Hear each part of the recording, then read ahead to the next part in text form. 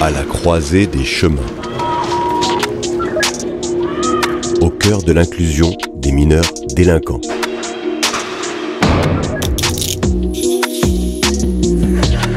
Un podcast Décode Éduc.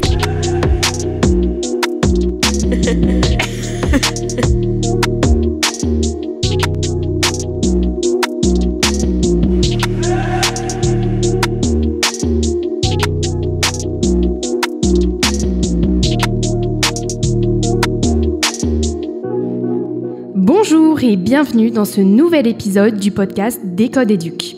Suite à l'épisode précédent sur le thème « Au cœur de l'inclusion des mineurs délinquants ».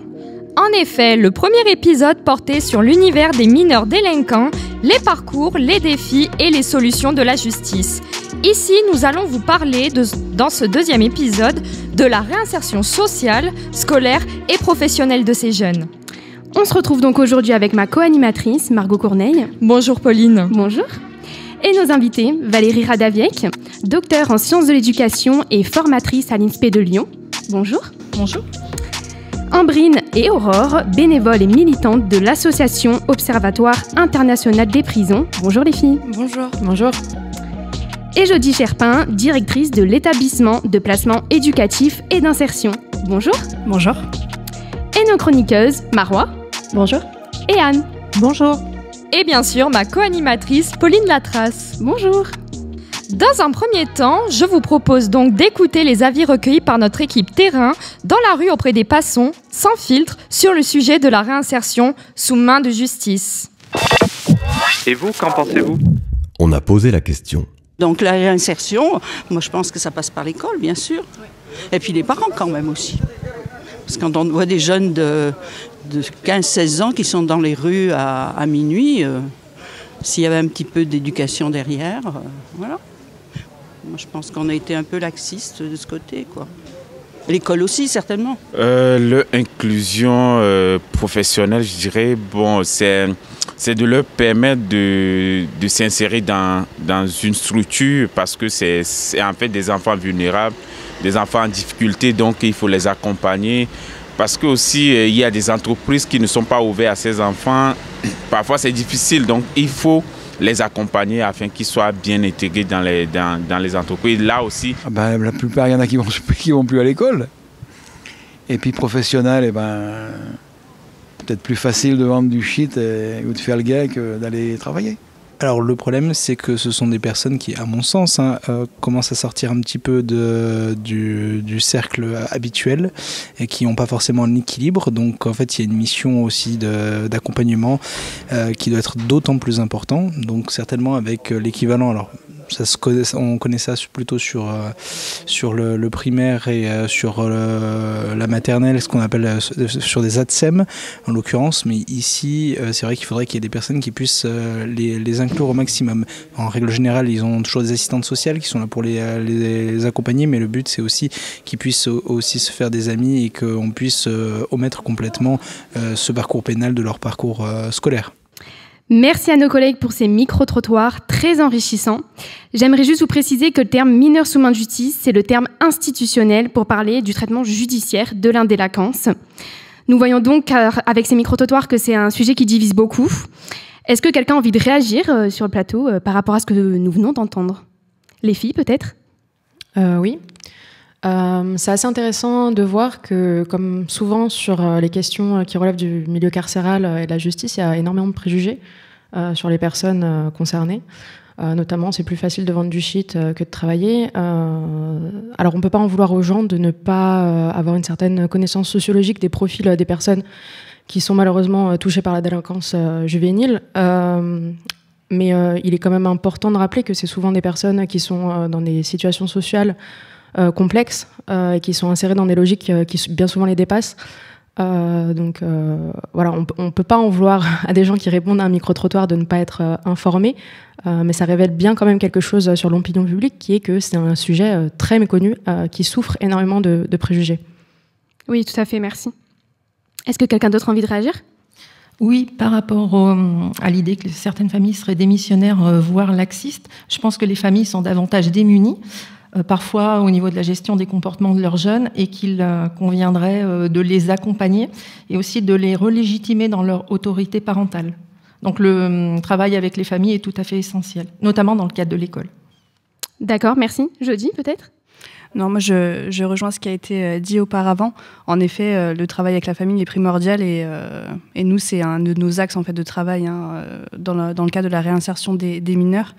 Mais il y a tout un autre volet, en effet, comme c'était évoqué, la réinsertion scolaire, voilà, mais même au niveau des compétences sociales, en fait, pouvoir remettre un petit peu du cadre partout. Mais il y a parfois des familles qui n'ont pas la possibilité de le faire, et c'est là où les institutions peuvent prendre le relais.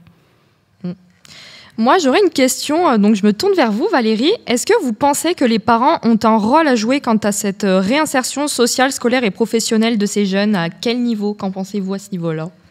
Alors au niveau de l'école, je disais qu'il était effectivement très important de renouer des relations de confiance avec les familles des jeunes. Il y a certaines familles qui ne viennent plus à l'école pour des raisons diverses et variées, mais il faut inviter les familles.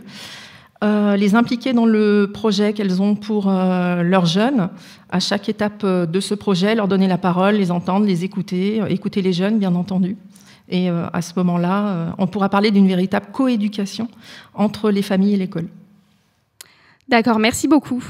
Nous allons maintenant laisser la parole à Anne pour sa chronique sur la politique nationale de réinsertion des jeunes sous main de justice. Un pas de côté. Un pas de côté. Alors, avant tout, nous allons faire un rapide état des lieux de la politique de réinsertion de ces jeunes mineurs délinquants. Tout d'abord, depuis 2021, la modification du Code de justice pénale des mineurs met davantage l'axe sur l'éducation et la formation professionnelle de ces jeunes, au détriment plutôt du mode punitif qui était peut-être celui initialement connu. Avec cet axe, forcément, l'objectif est une meilleure réinsertion sociale, mais au final, elle essaie aussi au maximum d'éviter la récidive. Pour cela, il faut forcément former les professionnels et les sensibiliser à différents points, notamment la gestion des comportements difficiles, l'exercice dans le milieu contraint et également la connaissance du profil psychosocial de ces jeunes.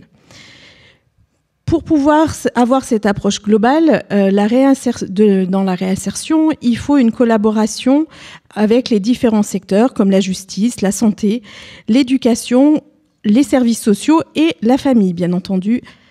Mais cette collaboration demande du temps et elle demande également des moyens, en termes de moyens humains, avec un nombre de professionnels qui doit être suffisant pour permettre justement cette articulation.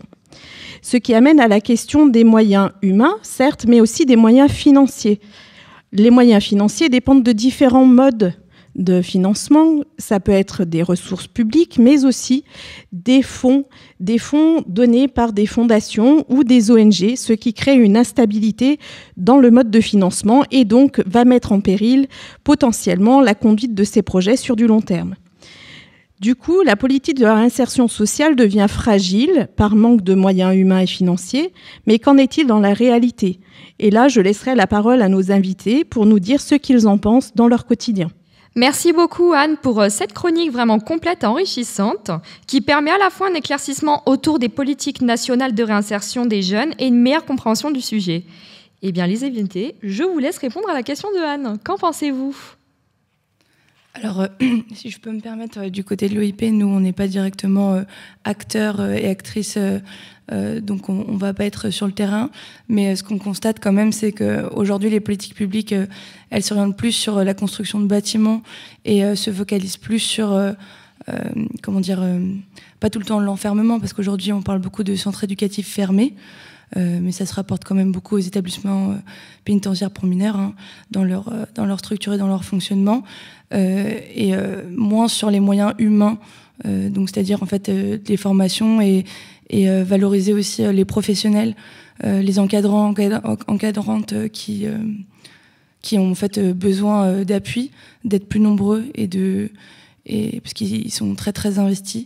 Et aujourd'hui, même quand on regarde les rapports d'enquête des parlementaires, ce qui est préconisé, ça va être de réorienter directions de politique publique vers les moyens humains et non pas vers la construction de centres éducatifs fermés comme c'est préconisé pour l'instant. Oui, et si je peux rajouter quelque chose aussi, toujours intervenante par rapport à l'OIP, ce qu'on remarque dans certains chiffres qu'on a pu consulter, notamment qui allaient de 2000 à 2020, c'est que toutes les initiatives, notamment des initiatives d'accompagnement éducatif, psychologique, etc., qui seraient vraiment des avantages en fait pour les personnes concernées, représentent, je crois, 10%, moins de 10% parfois selon les années des initiatives, ce qui est, selon certaines associations, notamment là j'avais regardé une étude d'une association anglophone qui s'appelle Sentencing Project, qui préconisait justement, grâce à une méta-étude, des accompagnements via des mentors, via des éducateurs, via des spécialistes de l'accompagnement pas psychiatrique forcément, mais psychologique pour les jeunes. Donc on voit que vraiment c'est des initiatives qui sont mises en avant par les acteurs de terrain, qui sont mises en avant par les personnes qui s'intéressent à ces questions, mais qui malheureusement ne sont pas forcément mises en avant dans le cadre des politiques publiques. Donc ça pose question. D'accord, merci beaucoup. Donc selon vous, ça ne reflète pas forcément malheureusement la réalité du terrain, ces politiques qui sont mises en place, si je comprends bien. Encore une fois, nous, on n'est pas actrices directement, donc peut-être plus s'orienter vers d'autres intervenantes ici présentes. Jody, peut-être ? Alors, moi, j'ai de la chance de faire partie d'une administration qui dédie totalement son intervention auprès des mineurs sous main de justice. Donc, voilà, j'ai un avis, une vision qui est un petit peu différente. Je voulais juste revenir sur le Code de la justice pénale des mineurs, donc le CJPM, pour les intimes. Donc, il y a pas mal de bouleversé, en effet, les pratiques des professionnels depuis 2021. Donc, tous les professionnels ont été formés à cette nouvelle procédure judiciaire. Donc pour la faire très courte, en fait, ça a modifié un petit peu les étapes de la procédure pénale avec une audience sur la culpabilité et une audience sur la sanction, avec une période de mise à l'épreuve éducative. Donc voilà, qui intervient dans un délai de 6 à 9 mois, en fait. Donc on a totalement revu aussi, on a un temps éducatif qui est beaucoup plus court. Et voilà, contrairement à précédemment où ça pouvait durer plusieurs années, 1 ou 2 ans. Et donc voilà, ça a appris aux professionnels aussi à revoir leur intervention et nous aussi à refondre notre offre éducative en fait en fonction de ce qui est proposé. Il y a 4 modules en fait qui ont été créés dans le cadre de la mesure éducative judiciaire. Donc il y a la grande mesure qui est prononcée par le qui est mise en place par le CJPM, un module insertion, un module placement, un module santé et un module réparation. Donc moi on met beaucoup en place le module placement, étant donné que je suis directrice d'un établissement de placement. Mais voilà, du coup nous on a orienté tous nos moyens pour pouvoir répondre à l'individualisation en fait de la procédure judiciaire pour que chaque mineur puisse avoir un projet qui soit individualisé et des professionnels qui puissent être entièrement dédiés à ce projet-là. Donc voilà, moi, nous, sur l'établissement de placement, c'est quelque chose qu'on a retravaillé au sein de notre projet pédagogique d'unité, notre projet d'établissement. Donc voilà, en diversifiant notre offre éducative, en prônant l'hébergement diversifié aussi, qui se répand de plus en plus avec le plan stratégique national, voilà, qui est privilégié de pouvoir toujours s'adapter au parcours du mineur et toujours ses besoins. Donc nous, on développe notre offre, en plus du foyer, de familles d'accueil et de studios éducatifs, pour pouvoir toujours répondre aux besoins, autant des magistrats que des jeunes, et des familles, bien sûr. D'accord, merci beaucoup. Valérie, est-ce que vous aimeriez rajouter quelque chose, peut-être ? Oui, tout à fait. Au niveau des parcours scolaires des mineurs incarcérés, il faut bien distinguer quand même 2 possibilités. Soit le jeune est incarcéré dans un établissement pénitentiaire pour mineurs. Donc à ce moment-là, évidemment, c'est une vraie prison qui accueille entre 35 et 40 jeunes.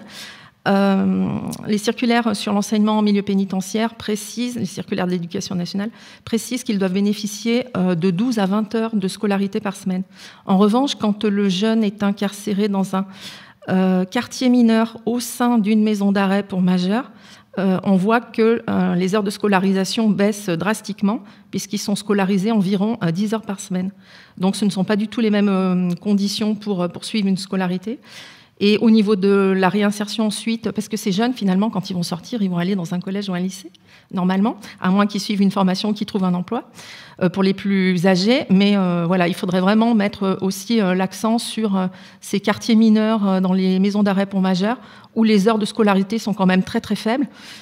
Souvent, ce sont quand même des élèves qui ont plus ou moins décroché au niveau du parcours scolaire. Et ensuite, quand ils veulent se réinsérer dans les collèges et les lycées, il faut un vrai accompagnement. Et parfois, ils sont plutôt en difficulté sur le plan scolaire. Donc, c'est quand même problématique. Et puis, bien sûr, il faut que les enseignants soient quand même à minima formés. Et puis, il doit y avoir un accompagnement dans les collèges et les lycées pour ces jeunes. Je pense à la vie scolaire qui peut jouer un rôle tout à fait important. Ce sont des jeunes qui, quand même, ont besoin d'un référent dans le collège ou dans le lycée.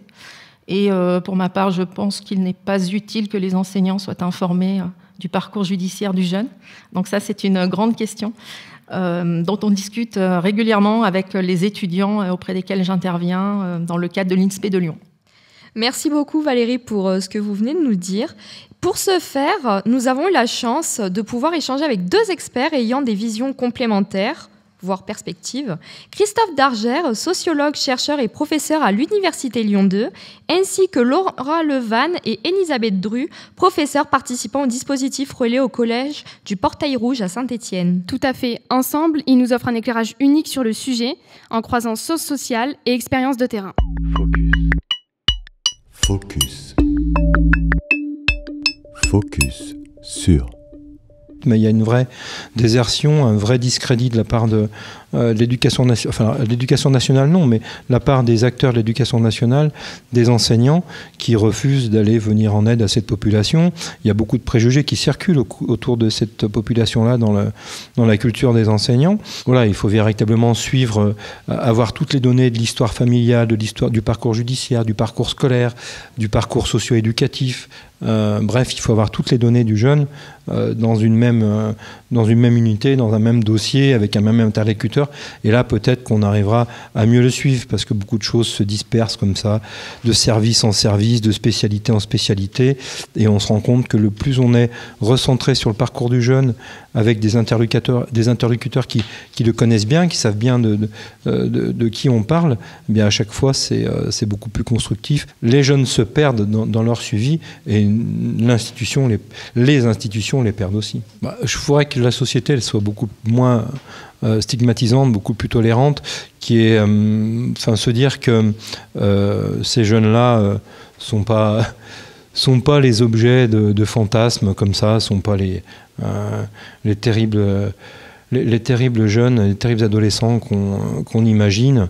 Quand on prend le temps de discuter avec eux, ce sont des jeunes adolescents qui sont extrêmement humains, extrêmement touchants, qui ont tous eu des histoires de vie familiales, des histoires de vie, oui, des destins extrêmement durs, extrêmement difficiles. Donc déjà, avoir un peu d'empathie pour eux, comprendre d'où ils viennent, comprendre qui ils sont, qu'est-ce qui leur est arrivé.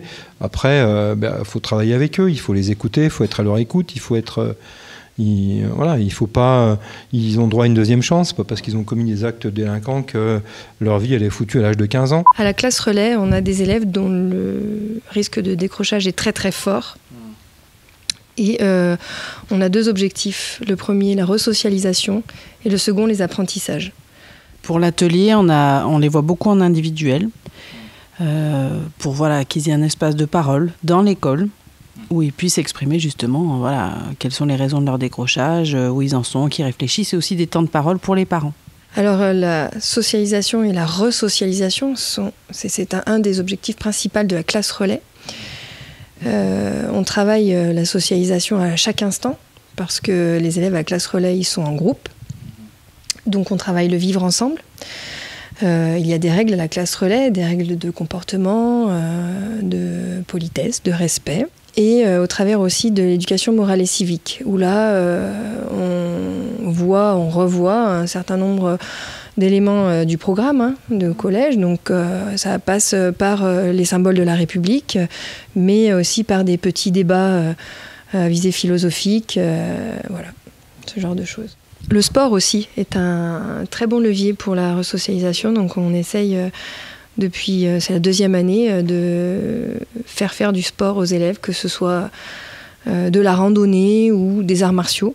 Merci à eux pour ces échanges très significatifs. Autour du plateau, qu'est-ce que cela éveille chez vous ? Est-ce que quelqu'un a envie de réagir ? Valérie, peut-être ? Les ateliers relais, comme les dispositifs relais, ont déjà fait leur preuve quand même au sein des collèges notamment. Là, l'idée, c'est vraiment de remobiliser le jeune sur un projet personnel. Donc, il est dans le dispositif relais la plupart du temps, pendant 3 mois, 6 mois, 9 mois. Et ensuite, ce qu'on vise, c'est évidemment qu'il retourne dans sa classe, qui est sa classe de référence. En revanche, il faut qu'il y ait un vrai accompagnement entre l'enseignant de la classe et les enseignants ou les éducateurs des dispositifs relais. Mais effectivement, ce sont des dispositifs dans l'éducation nationale qui ont déjà fait leurs preuves. Ce que je constate, c'est qu'il y en a de moins en moins. J'ai vu Ambrine lever la main. Moi, j'ai trouvé un point très intéressant là, dans les 2 interventions qui nous ont été présentées. En fait, on mentionne la pluridisciplinarité de la prise en charge des personnes mineures. Et ça, c'est très, très important. Le fait d'avoir donc pluridisciplinarité, ça implique d'avoir plusieurs spécialistes de plusieurs disciplines avec une prise en charge multiple qui puisse répondre à l'ensemble des besoins des personnes concernées. Et donc ça, c'est très important. Malheureusement, en France, on a de façon historique très longtemps eu, et ça c'est Michel Foucault qui a déjà travaillé là-dessus, une conception de l'enfermement et de l'emprisonnement sous un angle punitif uniquement. Donc ça a tendance à changer de plus en plus, mais c'est quand même un héritage qu'on a de considérer qu'il faut punir. Or, avec les jeunes, on est face à des personnes qui sont notamment en train de se former d'un point de vue psychologique, psychiatrique et d'un point de vue cognitif aussi. Il y a une nécessité d'accompagnement, ça c'est très important, c'est très intéressant. Un chiffre, alors c'est un chiffre qui date de 2018, je suis navrée avec mes vieux chiffres, mais on avait quand même 25% des étudiants et étudiantes qui sont incarcérés, donc mineurs, qui avaient moins de 7 heures d'enseignement par semaine. Donc ça reprend un peu ce que vous disiez tout à l'heure, Valérie, enfin, je me permets de souligner ça quand même, moins de 7 heures par semaine, ça veut dire 1 heure par jour à peine, quoi. Et puis, comment est-ce qu'on fait ces chiffres? Qu'est-ce qu'on considère comme de l'enseignement? Quels sont ces cours? Ça, c'est une question à laquelle, j'avoue, j'ai pas la réponse. Donc voilà, c'est assez intéressant cette prise en charge pluridisciplinaire. Je suis navrée, c'est peut-être un peu long comme réponse, mais je voulais simplement ajouter quelque chose. Il y a un concept en fait en anthropologie qui est assez intéressant, qui est la liminalité. Et en fait, on considère que dans tous les processus sociaux, il y a un rite de passage là qui serait un peu celui de la prison, quoi, qui est un changement drastique dans la vie. Donc on a la préliminalité, ou en fait la préliminalité, pardon, où on est dans la situation hantée, quoi, la situation d'avant, la situation où les personnes sont dans un milieu difficile, qui ont conduit à la délinquance. Puis la liminalité qui est du coup, on décide de faire ce rite de passage là au jeune, on décide de lui faire expérimenter une situation complètement différente, de le couper de son environnement pour essayer de lui faire comprendre quelque chose. Et en fait, d'un point de vue anthropologique, pour la post-liminalité, ce qui implique pour que la personne puisse retrouver le groupe social, c'est qu'il y a un accompagnement solide et un accompagnement qui puisse permettre de se réinsérer totalement, je dirais réinsérer avec des guillemets, de se réinsérer totalement dans la société. Et en fait, on sait que la PJJ, et pas que, notamment le milieu éducatif aussi, fait un très gros travail là-dessus. Mais malheureusement, il y a encore beaucoup de jeunes à qui ça ne correspond pas, parce qu'il y a des jeunes qui, tout simplement, comme le disait, je crois, l'intervenant dans le premier podcast, disait que y a des jeunes à qui l'école, ça ne correspond pas. Voilà. Merci beaucoup pour ces paroles. Jodie, est-ce que vous avez envie de rajouter quelque chose ou peut-être de nous expliquer, vous justement, dans cette réinsertion des jeunes, comment se traduit le rôle de la PJJ ? Oui, bien sûr. Alors déjà, je peux rebondir sur les 2 interventions en fait, des professionnels de la classe relais, puisque la PJJ intervient sur la classe relais, notamment un éducateur de l'unité éducative d'activité de jour en fait, qui intervient sur la classe relais du Portail Rouge. Voilà, donc pour nous, c'est un partenariat qui est indispensable et qui est très riche, parce que du coup, nous, on met à disposition un professionnel auprès de la classe relais et il est également inscrit à l'UAJ, donc il bénéficie des activités, c'est-à-dire donc il a ses heures de classe avec l'éducateur et il bénéficie donc d'autres activités, des activités sportives, parce qu'en effet, le média sportif est majeur pour les jeunes. Et des activités aussi culturelles, en fait toutes les activités qui sont proposées par l'UAJ. Monsieur Chemly les avait exposées dans le précédent épisode, donc je ne reviendrai pas dessus. Mais pour nous, c'est vraiment un partenariat qui est riche et le jeune fait des allers-retours en fait, entre la classe relais et l'UAJ, où y a des moments où il décroche en fait, parce que voilà, il y a des moments où le système scolaire ne convient pas, donc on le prend un temps, on le dégage un peu, on fait du 1 pour 1. Voilà, on reprend un peu les bases, se lever le matin, dire bonjour professionnel, voilà, être en lien, faire du lien en fait, pour pouvoir après le renvoyer sur la classe relais ou trouver un autre dispositif. Voilà, du coup la transition d'autres dispositifs. Donc nous on a nos dispositifs internes PJ, donc les UAJ notamment hein, sur la question de l'insertion sociale, professionnelle et notamment scolaire. Mais toute la PJJ, en fait, tous les professionnels de la PJJ travaillent pour la réinsertion du mineur, parce que la réinsertion, elle est sur tous les plans. On a des mineurs qui sont sous main de justice, mais qui sont parfaitement scolarisés, pour qui il n'y a aucune difficulté. Bon, c'est pas la majorité d'entre eux, mais ils existent quand même. Donc voilà, sur les jeunes qu'on prend en charge au foyer, en fait, voilà, il y a comme l'obligation scolaire pour les moins de 16 ans. Donc on fait les liens aussi avec l'éducation nationale. On multiplie en fait les partenariats parce que oui, c'est vrai que la majorité des jeunes qu'on accueille, pour ma part sur notre établissement collectif, c'est des mineurs qui sont en décrochage, voilà, qui sont dans l'oisiveté, qui n'ont pas de raison de se lever le matin vraiment. Donc on essaye de nouer des liens avec des CFA, avec des mises en stage. On a beaucoup de liens aussi avec des patrons.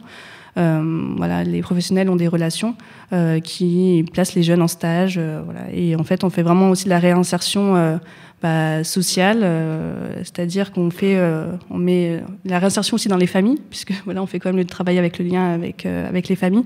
Et la réinsertion, en fait, juste de pouvoir avoir des relations correctes et travailler du lien. Voilà, c'est vraiment une réinsertion qui est vraiment sur tous les secteurs de la vie du jeune. Sur un autre dispositif, je me tourne vers vous, Valérie. Vous aviez animé des ateliers de philosophie à la maison d'arrêt de Lyon-Corbin. Qu'en avez-vous pensé? Est-ce que cela apportait quelque chose aux jeunes? Ça les a appris à se réinsérer socialement, scolairement, professionnellement dans la société? Dites-nous tout. La maison d'arrêt de Lyon-Corbin accueille des adultes incarcérés, donc à partir de 18 ans, mais il m'est arrivé très régulièrement d'avoir des jeunes entre 18 et 21 ans, parfois qui sortaient de l'établissement pénitentiaire pour mineurs, dans le cadre des ateliers philosophiques en prison. Donc, j'avais mis en place un travail réflexif autour des dilemmes moraux. Et l'idée, c'était d'échanger autour de ces valeurs morales qui étaient convoquées dans les dilemmes moraux. Et j'ai vu des progressions d'élèves tout à fait intéressantes. Ce que je peux ajouter, c'est que ces jeunes, parfois, ils m'interpellaient parce que finalement, ils avaient été déscolarisés assez tôt, parfois en 6e, 5e. Et en fait, ils avaient des capacités cognitives tout à fait intéressantes et ils étaient complètement capables d'apprendre et de progresser, à condition de les mettre dans un environnement sécurisant, contenant, et de leur proposer des situations d'apprentissage accessibles, c'est-à-dire pas du tout simplifiées, mais accessibles.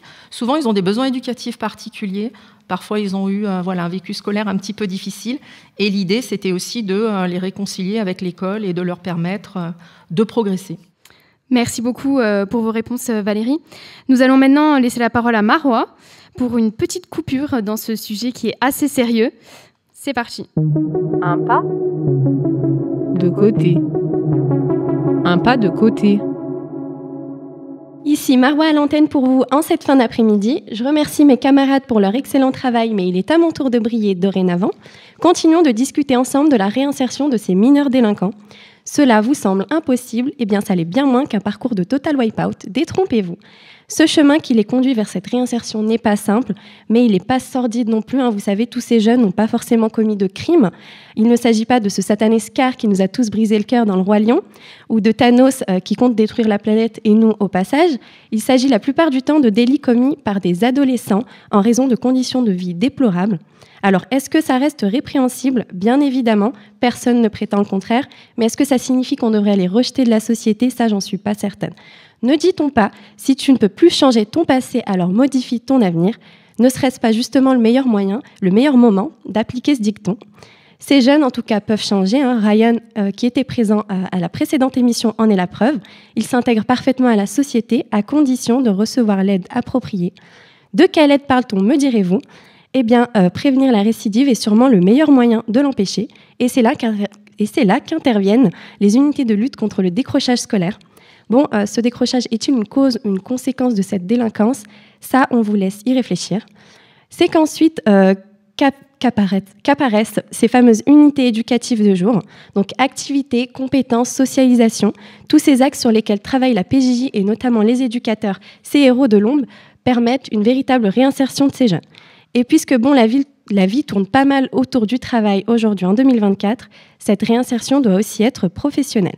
Ça peut sembler difficile pour un employeur de passer outre ce genre d'éléments, nous sommes d'accord, mais croyez-le ou non, ça peut donner naissance à de magnifiques histoires. Imaginez-vous un instant venir en aide à un jeune dont la vie parsemée d'embûches ne cesse de lui renvoyer en pleine face ses erreurs passées. En bref, ce que j'essaye de vous dire, c'est soyez la cause de changement, d'ouverture d'esprit et de paix. Et si vous estimez que cette réinsertion est trop compliquée, essayez de monter un meuble Ikea sans notice ou d'obtenir un rendez-vous à la mairie, vous vous rendrez vite compte que tout est possible. Malheureusement, pas mal de représentations autour de ce sujet subsistent encore. Certaines personnes pensent qu'il n'est plus de notre ressort de venir en aide à ces jeunes, et pourtant, qui pourrait prétendre ici ne jamais avoir commis d'erreur? Moi, en tout cas, je ne pourrais pas. Alors, ouvrons-nous au monde qui nous entoure et osons tendre la main à ceux qui en ont besoin, ou le pied pour ceux qui n'auraient pas de main puisque le podcast parle d'inclusion. C'est peut-être d'ailleurs pour ça qu'on a autant insisté pour qu'une arabe musulmane et voilée soit au micro. En tout cas, il n'est plus question de les abandonner, il est plutôt question ici de soutenir l'espoir et l'humanité. Alors aidons à écrire des histoires qui finissent bien. Merci beaucoup Marwa pour cette touche de fraîcheur autour de notre sujet si sérieux. Est-ce que l'un de nos invités souhaiterait réagir ? Alors, ce que je trouve intéressant dans toutes les interventions, dans ce que tu viens de dire Marwa et les interventions précédentes, c'est qu'on observe que ce qui est intéressant, c'est d'accompagner le jeune à chaque fois, et on oublie dans les premières interventions dans le micro-trottoir, on voit que il y a une caricature du jeune délinquant, et finalement en fait c'est des jeunes à protéger surtout, et finalement ce qui fonctionne, ça va être le suivi avec les différents acteurs, avec potentiellement des centres, des foyers collectifs qui vont pouvoir leur permettre d'être un petit peu retirés de leur foyer qui ne leur permettent pas peut-être d'avoir une vie stable, et donc le discours finalement à retenir, je crois, c'est vraiment protéger ces jeunes et en les accompagnant. Donc, ça ne veut pas dire faire de l'angélisme en disant ils n'ont pas de responsabilité, mais ne pas oublier que ce sont des jeunes et qui sont dans un parcours d'apprentissage. Et voilà, ce que ton intervention, Marwa, reflète assez ça, je trouve. Merci beaucoup pour ces échanges. Vas-y, Marwa, je t'en prie. Pour rebondir, du coup, je voulais revenir, alors pour ceux qui étaient présents et qui ont du coup écouté la précédente émission, on a pu entendre Ryan nous dire qu'il n'avait pas fait les démarches pour qu'on puisse lui venir en aide. Et l'idée, c'était de dire que ce n'est pas forcément à lui de les faire. Le but, c'est un peu d'aller chercher ces jeunes à la source parce qu'il manque de repères et donc de venir les aider pour éviter un avenir potentiellement désastreux, en fait. Si je puis me permettre, nous à l'OIP, c'est vrai qu'on a, en préparant notre intervention à l'émission, on a été mise face à un fait qui est celui que nous à l'OIP, on fonctionne beaucoup sur les signalements. Donc on a tout un pôle enquête qui fonctionne via les signalements des personnes incarcérées, des personnes détenues, et pas que d'ailleurs, leurs familles, mais ça peut aussi être des éducateurs, des éducatrices, parfois même des surveillants, surveillantes ou directeurs, directrices pénitentiaires, pardon. Et les jeunes nous saisissent très peu, en fait, parce que les jeunes ont aussi assez peu d'informations relatives à tous les dispositifs qui peuvent être mis en place. On a extrêmement peu de saisies de la part de personnes mineures, donc en fait, on a assez peu de données qui émettent de l'OIP directement et de nos signalements relatifs à la situation des personnes mineures ou à la situation d'incarcération des personnes mineures. Et peut-être là, tout à l'heure, on parlait aussi du profil des personnes mineures. Il faut peut-être rappeler quelque chose, l'incarcération, ça traumatise en fait. Donc on est face à des personnes, et mineures comme majeures, l'incarcération ça traumatise, on est face à des personnes qui dans leur parcours de vie, très jeunes, auront été confrontées à un traumatisme d'isolement, un traumatisme d'enfermement, et donc l'accompagnement éducatif bien sûr il est nécessaire, mais il y a aussi cet accompagnement psychologique, émotionnel qui est vraiment très important, et peut-être même d'un point de vue de l'opinion publique, si on peut faire une petite parenthèse, se rend compte également que c'est des personnes qui sont foncièrement et fondamentalement touchées dans leur intérieur par cette expérience-là, qui est l'expérience de l'incarcération, ou pas forcément, hein.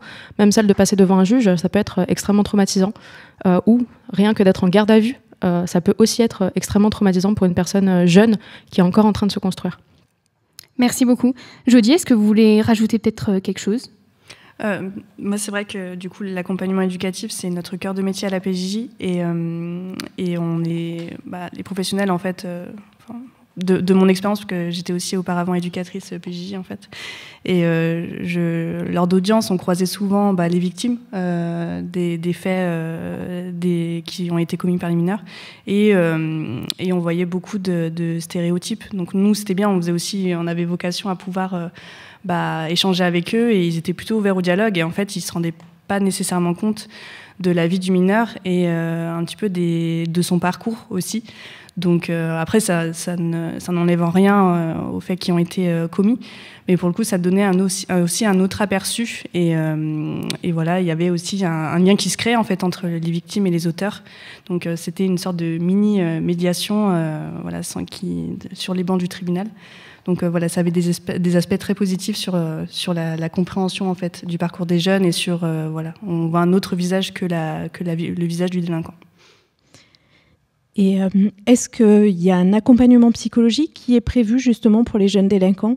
Bien sûr, parce que du coup, moi en tant que directrice d'hébergement, j'ai une psychologue qui intervient au sein de mon unité, donc qui voit les jeunes très régulièrement en rendez-vous, qui passe les repas avec eux, qui les prend en charge des moments quand le ton monte, et qui entre les éducateurs et les jeunes, ou entre les jeunes eux-mêmes, ou lorsqu'ils ont des mauvaises nouvelles aussi de l'extérieur. Voilà, elle peut les prendre en rendez-vous en urgence pour pouvoir aussi un peu désamorcer la situation. Et aussi, on a donc l'intervention des psychologues et des assistants de services sociaux en milieu ouvert, où là, on a des rendez-vous qui sont fixés régulièrement, notamment dans l'accompagnement pour un module soins, où on fait des entretiens avec ces jeunes-là, et les psychologues viennent aussi étayer lors des mesures d'investigation, aussi pour pouvoir donner un avis et mettre des préconisations s'il y a des éléments de danger ou pas dans la situation d'un jeune. Moi, Jodie, j'aimerais vous poser une dernière question. Peut-on dire que nous avons tous un rôle à jouer ? Sommes-nous tous responsables dans la lutte contre les stéréotypes qui persistent autour des mineurs délinquants sous main de justice ? Alors bien sûr, on a tous un rôle à jouer. Autant nous en PJJ, on intervient avec des mineurs sous main de justice, donc on intervient après la commission des faits. Mais il y a toute la prévention qui est un volet que nous où on met aussi les pieds. Moi je suis très reconnaissante du travail des éducateurs de rue, ou même des professionnels qui ne sont pas éducateurs, qui sont en lien avec ces jeunes, notamment les professeurs. Mais aussi des moments où on pense que c'est que les éducateurs qui accompagnent les jeunes, mais non, il y a des moments, ça peut être des rencontres. Je sais pas, un patron lors d'un stage qui lie un lien énorme avec un jeune, et qui entraîne on dit parfois un switch en fait, qui vraiment permet aux mineurs qui est un tournant dans sa vie en fait, et qui se remettent en question. Et il y a des rencontres en fait comme ça, et on peut être tous à notre niveau en fait acteurs de ce switch là, et acteurs de ce changement dans le parcours de vie. Et la PJJ du coup encourage aussi les personnes qui ne sont pas du tout issues du milieu de la justice, ou pas du tout dans l'éducatif, à pouvoir venir aussi rencontrer les jeunes PJJ et les professionnels par le biais de différentes manifestations. Je ne sais pas si vous connaissez, mais il y a le parcours du goût notamment, où en fait il y a des professionnels et des jeunes qui font faire de la cuisine et qui s'affrontent dans une sorte de top chef chaque année. Il y a aussi la PJJ ouvre ses portes, où les établissements, mon établissement de placement par exemple, on ouvre nos portes aux civils entre guillemets, pour pouvoir venir voir un petit peu ce qu'on fait au sein des murs, pour pouvoir justement abattre ces stéréotypes et pouvoir montrer un autre visage de ces jeunes-là. Parce que je pense qu'il y a beaucoup de méconnaissances qui sont aussi véhiculées par les médias, je pense. On pense beaucoup aux centres éducatifs fermés, et on renvoie à cette image assez négative, mais les jeunes, ils ne sont pas que ça. En effet, il y a un passage à l'acte, on ne va pas le nier. Mais il y a beaucoup d'autres choses derrière. Il y a tout un travail éducatif qui est fait, et je trouve que c'est dommage que ce ne soit pas assez valorisé auprès de la société. Merci beaucoup. Je vais laisser la parole à Maroa, qui aurait une petite question, une dernière question pour une de nos invitées. Vas-y, je te laisse. Alors Valérie, je me tourne vers vous. Vous qui avez beaucoup travaillé sur ce sujet. Que répondez-vous aux personnes qui considèrent qu'on ne peut rien faire pour ces jeunes, puisqu'ils auraient potentiellement choisi un chemin de non-retour ? Le postulat d'éducabilité fait que de toute façon, c'est une valeur, on y croit fort. Tout élève est capable d'apprendre et de progresser, tout être humain est capable, on peut faire advenir le meilleur chez tous les êtres humains, c'est l'idée. Il y a des grands auteurs qui sont intéressés à ça, mais c'est vraiment très très important quand on est enseignant de le postuler, surtout d'y croire, parce qu'ils sont tellement capables de nous montrer qu'ils peuvent mettre en place des comportements adaptés, un langage adapté. Je me souviens de jeunes qui arrivaient dans ma classe, donc au sein des ateliers philo, qui avaient parfois des comportements et un langage pas adapté pendant 1 ou 2 minutes. Et puis après, je leur expliquais simplement, avec beaucoup de bienveillance, qu'on était dans le cadre d'une classe et que dans le cadre d'une classe, il y avait des règles. Et ils étaient rapidement en capacité de montrer qu'ils pouvaient avoir un langage tout à fait adapté et des comportements adaptés. Donc tout est toujours possible, évidemment. Ou sinon, à quoi bon enseigner, à quoi bon éduquer ? Merci beaucoup Valérie pour ces dernières paroles. C'est la fin de notre 2e épisode sur l'émission Décode Éduc sur la réinsertion des mineurs délinquants menée par les masterants des sciences de l'éducation. Merci à tous pour vos contributions pour cet épisode sur la réinsertion des mineurs sous main de justice. Nous aimerions remercier tous nos invités qui sont présents aujourd'hui sur le plateau. Merci de vous être déplacés. Votre présence a rendu cet épisode très enrichissant, ainsi que nos chroniqueuses qui ont été très coopératives dans cette émission et dans la construction aussi de cet épisode. Nous avons d'ailleurs une pensée particulière à l'une d'entre elles, Chloé Mimard, n'ayant pas pu être présente sur le plateau avec nous aujourd'hui. De plus, la promotion 2024 et 2025 du Master en sciences de l'éducation, pleinement investie dans l'ensemble de ce projet. Ainsi que l'équipe technique et particulièrement Philippe Landrivon pour son merveilleux travail dans l'ombre, et nos professeurs Yoann Dubijon, Sarah Sacton et Caroline Chambon qui ont été un soutien fondamental dans ce projet. Leurs conseils avisés ont mené à l'aboutissement final de ces 2 émissions. Et enfin, vous remercier public, vous qui êtes présents aujourd'hui pour l'enregistrement de ce podcast. Merci vraiment les filles d'être là, tout le monde. Merci à vous. On espère que ce podcast vous a plu. Et vous pouvez nous retrouver sur toutes les plateformes d'écoute telles que Deezer, Spotify, YouTube, le site de l'Université Jean Monnet sous le nom de Décode Éduc. Et nous vous disons à très bientôt pour de nouveaux épisodes. C'était un podcast Décode Éduc, à la croisée des chemins, au cœur de l'inclusion des mineurs délinquants.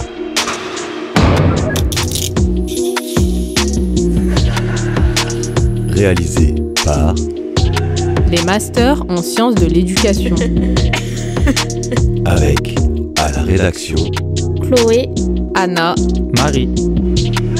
À l'animation, Pauline, Margot. Et à la chronique, Anne, Marois.